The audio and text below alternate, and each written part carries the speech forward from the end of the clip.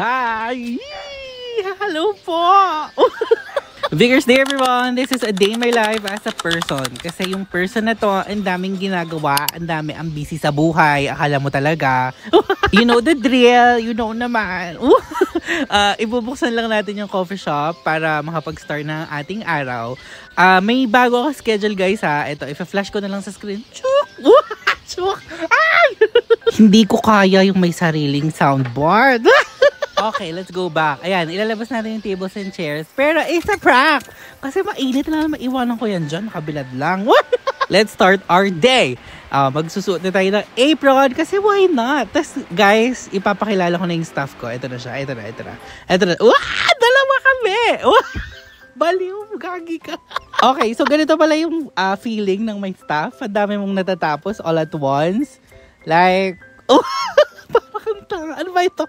Pero to be honest, ang saya siguro may staff kasi hindi talaga kaya ng powers ko mag-hire ngayon. So, ayan. I-refill lang natin yung water sa water reservoir ng ating... Hirap, wala naman kausap. Ito na naman yung mga nagtatanong kung saan ko binili yung aking espresso machines. So, ang sagot ko lang talaga sa iyo guys, Your Honor, hindi ko na po alam. Ang brand niya ay Sterling Premium Espresso Machine. Tapos dalawa yan. Yung isa nabili ko sa HMR, yung isa sa Ilog Appliance sa FB.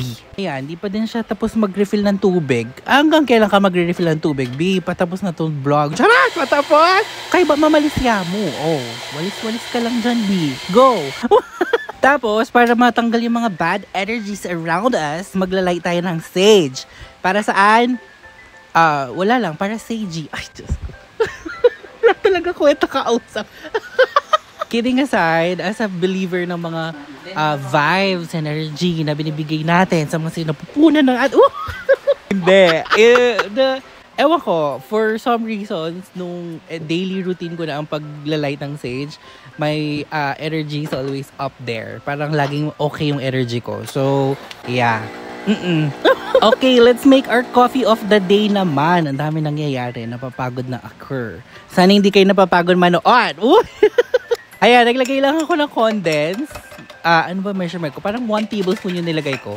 Tapos, nilagay ko yung 2 shots espresso. Minelt ko yung condense. Naglagay na ako ng ice. I'm trying this outside chocolate for the first time. It was nice, but it's not for me. Feeling ko talaga, hindi ko talaga trip yung chocolate and coffee pairing. So, oo. Masarap naman siya, but it's not for me. Okay, as a content creator na tayo dito, kasi nagla-live ako habang gumagawa ng, ano ba to? Ng belt loops. Ayan. Tapos, habang nagle-live ako, may dumating na customer. Ay, si Daniel. Oh, ayan siya. Aking favorite horchata girly. Hello! Welcome back! Tapos, pag alis nila, magwo-work na ulit tayo. Kasi we're a hardworking girly na mukhang pera, kaya madaming ginagawa.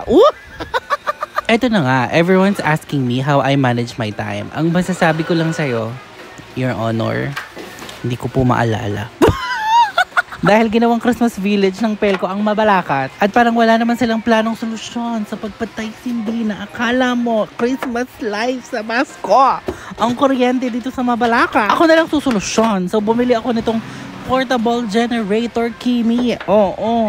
Ano pa yan? Solar power. Edi mas tipid I guess. Pero sana ayusin nyo na yung kuryente. Okay, dahil the sun is out.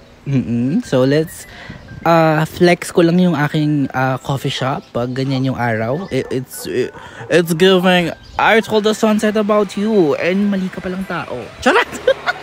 Alam niyo pag ganitong oras sa shop, wala ako masyado natatapos kasi nakatulala lang ako sa shop ko. How beautiful it is when the sun touches it. Oh, sino? Who touches you? The sun! Eto na, gabi na. Oo, bubuksan na natin yung mga ilaw-ilaw sa labas. And ayan, ito yung pinapanood ko na BL ngayon. Screaming! Tapos ito, I'm meeting my deadlines dito. Kaya parang mas madami yung sewing videos kaysa sa paggawa ng kape. I'm really sorry. Actually, I'm not sorry. Wala akong magagawa eh. Alam mo yung staff ko. Kagilas na. Na-miss ka talaga. Okay, ito na yung part ng process na medyo emotional ako with working kasi patapos na yung mga garments and kailangan ko na silang ibigay sa client. I don't know, feeling ko sobrang attached ko sa mga ginagawa ko na it feels like I'm giving a piece of my soul sa clients. Uy, may dramaya ka niyan. O, edi go.